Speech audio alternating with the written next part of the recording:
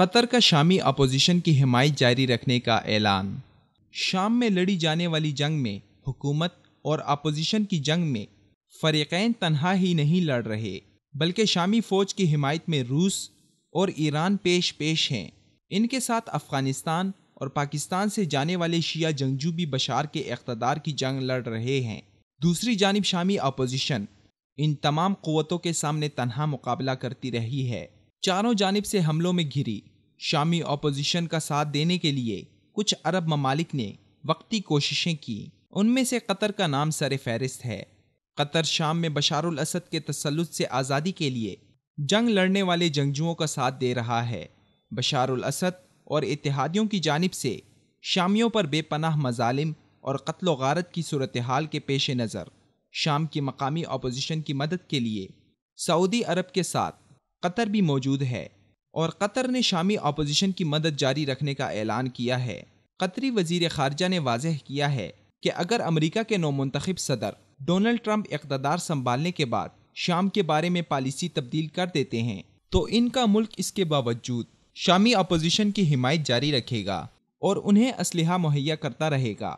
قطری وزیر خارجہ شیخ محمد بن عبد الرحمن آل ثانی نے کہا ہے کہ شام کی موجودہ صورتحال میں جب انہیں چاروں طرف سے شامی فوج اور اس کے اتحادیوں نے نرغے میں لے رکھا ہے، قطر نہ صرف اکیلے ہی شامی اپوزیشن کی حمایت جاری رکھے گا بلکہ دوسرے ممالک سے مل کر شامی اپوزیشن مزاحمت کاروں کو شامی اور روسی طیاروں سے تحفظ کے لیے کندھے پر رکھ کر چلائے جانے والے میزائل اور ہتھیار مہیا کرے گا۔